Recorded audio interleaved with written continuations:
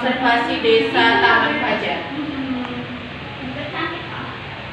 Profil desa Taman Fajar. Desa Taman Fajar pertama dibuka pada tahun 1953, yang pertama kali dihadirkan melalui program pemerintah, yakni transmigrasi. Dan transmigrasi ini yang didatangkan dari daerah asal Jawa Timur. Adapun asal daerah ini terutama dari Kota Blitar dan Tulungagung. Ketika transmigrasi didatangkan, belum berbentuk desa, masih berupa hutan belantara dan nama desa pun belum terbentuk. Ketika didatangkan di sini, yakni pertama didatangkan ada 40 kepala keluarga. Setelah di sini dibentuklah yang namanya ketua kelompok. Dari ketua kelompok ini langsung ditunjuk jadi kepala desa. Orang pertama yang menjadi kepala desa di sini adalah Bapak Sukodi Harjo. Setelah terbentuk ketua kelompok atau kepala desa, dilanjutkan pemberian nama desa, yaitu tercetuslah nama Taman Fajar. Pemberian nama desa yaitu tercetuslah nama Taman Fajar. Arti desa Taman Fajar, konon katanya taman adalah tempat dan fajar matahari pagi. Maka dengan demikian desa Taman Fajar dapat diartikan suatu tempat di mana kegiatan atau aktivitas masyarakat setempat. Setelah terbentuk desa Taman Fajar, kemudian didatangkan kembali beberapa kakak yang diletakkan di bagian timur desa yang sampai sekarang dinamakan Taman Fajar Bukuan. Nah, adapun pemimpin desa Taman Fajar nih ya, bisa dilihat sendiri. Selanjutnya letak geografis dan luas wilayah desa Taman Fajar.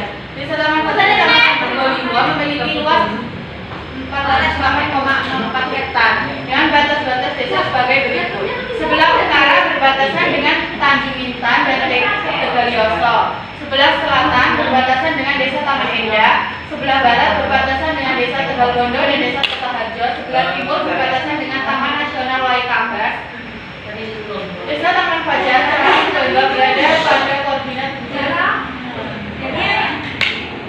Desa Taman Fajar dihuni 1054 kakak dan jumlah penduduk 3.526 jiwa. Desa Taman Fajar terdiri dari 6 dusun dan RT sebanyak 18. Ini adalah peta Desa Taman Fajar. Bisa dilihat sendiri ya? Bisa. Selanjutnya adalah penerapan kepancasilaan di Desa Taman Fajar. Sila pertama, ketuhanan yang Maha Esa. Contohnya, sungguh-sungguh dalam menjalankan perintah Tuhan yang Maha Esa, membangun suasana taat beribadah, menghargai setiap perbedaan tata cara beribadah, saling tolong-menolong antar umat beragama. Sila yang kedua, tidak mendiskriminasi antar warga negara berdasarkan suku, agama, warna kulit, tingkat ekonomi. Membuat keputusan yang adil bagi sesama, bertanggung jawab atas tugas dan kewajiban sebagai warga negara, dan berani mengutamakan kebenaran dan keadilan. Sila ketiga, mengutamakan kepentingan bangsa di atas kepentingan pribadi maupun golongan. Saling menghargai antar sesama, menumbuhkan rasa senasib dan sepenanggungan, serta membantu orang yang sedang kesulitan. Ingin merangkul keragaman suku dan budaya, dan menjunjung tinggi nilai-nilai persatuan dan kesatuan Indonesia. Sila keempat, mengutamakan sila yang terakhir, sila kelima, mengembangkan sikap adil terhadap sesama, menjaga keseimbangan antara hak dan kewajiban, menghormati hak orang lain, dan suka memberi pertolongan kepada orang lain agar dapat berdiri sendiri. Nah, selanjutnya penyimpangan kepancasilaan di Desa Taman Fajar.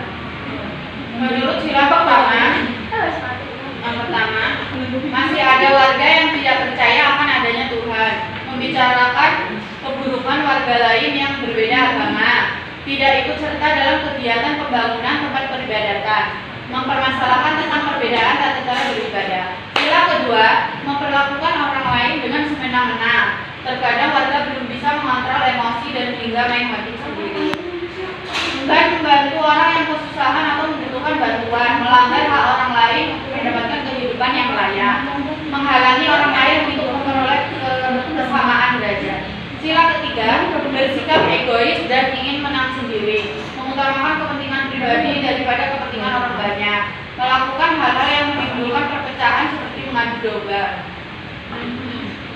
Yang terakhir adalah solusi pemecahan dari penyimpangan kepancasilaan. Yang pertama ada sanksi sosial, yang kedua peran lembaga sosial, yang ketiga penyuluhan, dan yang terakhir ada kerjasama berbagai pihak. Selanjutnya, apakah ada yang ingin bertanya? Silakan. Pertama, saya tadi bertanya, tadi kan di solusi ada peran lembaga sosial. Nah, permasalahan seperti apa contohnya peran lembaga sosial yang dapat menjadi solusi pemecahan dari perilaku menyimpang? Terima kasih. Saya akan menjawab pertanyaan dari Eli. Apa contoh peran lembaga sosial sebagai solusi dari pemecahan masalahnya? Contohnya itu peran lembaga sosial itu kan banyak ya. Nah, salah satu contohnya lembaga agama. Lembaga agama yang di masyarakat itu biasanya ada KUA, tahu ya, kantor urusan agama. Nah, itu bisa menjadi salah satu pemecah masalah di masyarakat.